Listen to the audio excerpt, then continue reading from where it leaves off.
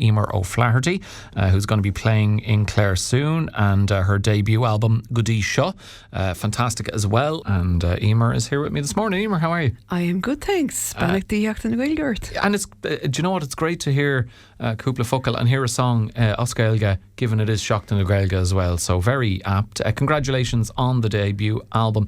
How does it feel to finally share this collection of original songs, but also instrumentals with audiences? Because I think the first album for any artist, it feels like you're building up to it for so long. Yeah, which is exactly why the title is dtí Seo, because it means up to now. And I suppose I'd been asked a lot over the years, where can we find your music? Do you have a CD? And I didn't. So until last year, the answer to that was no. So now we finally got there. But it is lovely, I have to say.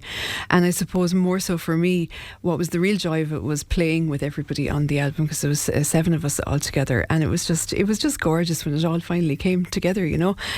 So yeah, we're bringing it out on the road now. So we have 6 concerts over this week and next. So it's finally getting to be heard a lot live, which is another joy of doing it. Yeah, that's always exciting when you're bringing it directly to an audience. And, you know, look, I mean, we heard Stáisiún Trainach.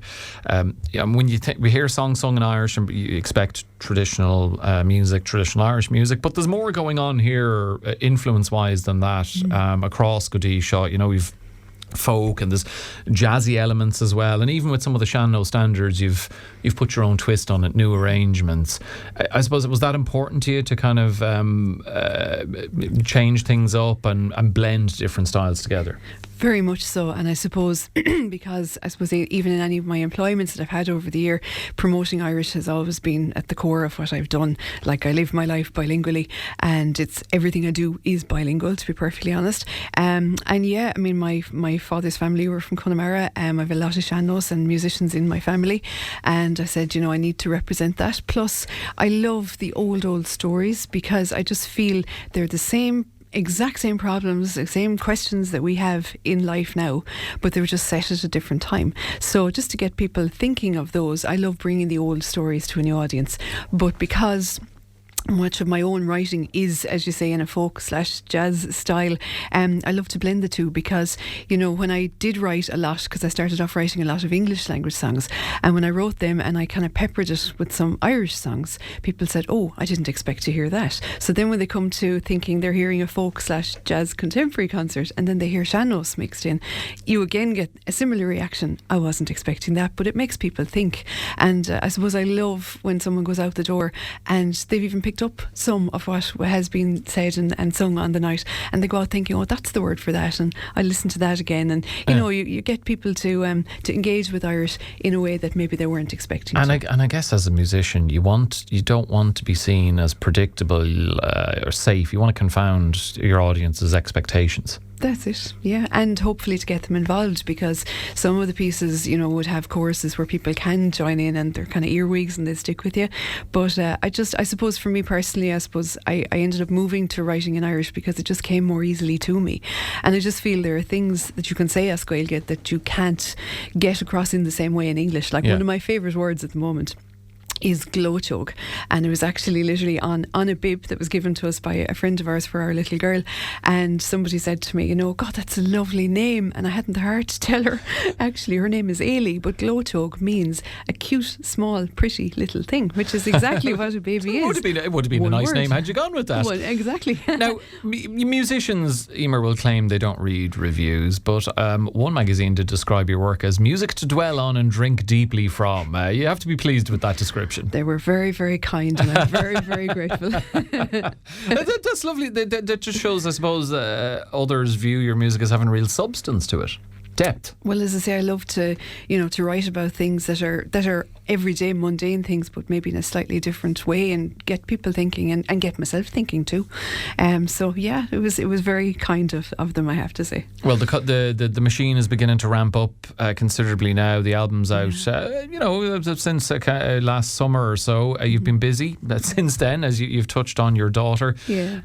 So that is no doubt and naturally taken up quite some time. So you're going to be heading out on the road. How long has it been since you've performed? Oh gosh, November time actually. Okay, so not too long ago. In the Stradfest actually in November. But yeah, we did. We fit in Electric Picnic and Flaciolna here last year as well, and Culture Night. So we had a few. And you were telling me most or all of these were with your newborn. Yes. How did you manage that? I could never.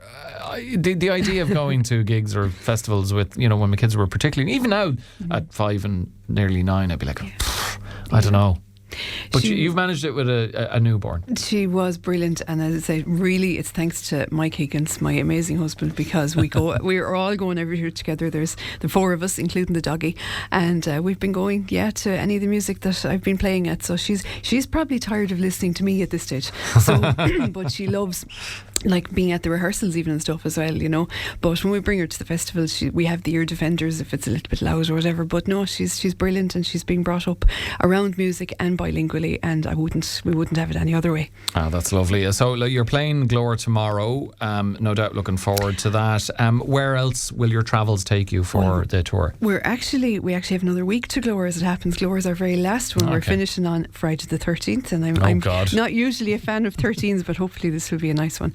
Tonight we're in Nina in Connan na Gaeilge. Tomorrow night we're in St John's in Listowel. Saturday we're in Ballyvourna in the lovely Unas Cultura. Then next Wednesday we have a lunchtime one actually in the Limerick City Gallery of Art, and Thursday we're in the Town Hall Studio in Galway before coming to Glór. So a huge thank you to everybody making that happen, and particularly all the musicians who are with us on that. There's Attain McCooey, Philip Fogarty, Andy Del Vaughan, and it's just an honour to play with people as wonderful as that in every way, and every time that we have a gig that everyone says yes, and it's just lovely. So Gur Magov. Well, I'm sure you're going to get a great reception on Friday week in Glór. Just given the date that's in it, be careful, you know, if you're walking up the steps of the stage or anything like that, or you never know what may potentially happen. The album is called dtí Seo. Fantastic stuff. You heard Stáisiún Trénach there from it. The woman behind it, with the help, and she flagged them up there, is Emer O'Flaherty. Emer, I hope the tour goes well and the Glór gig, and thanks so much for joining us on the show. Tá sé go hála bheith leat, gur magat.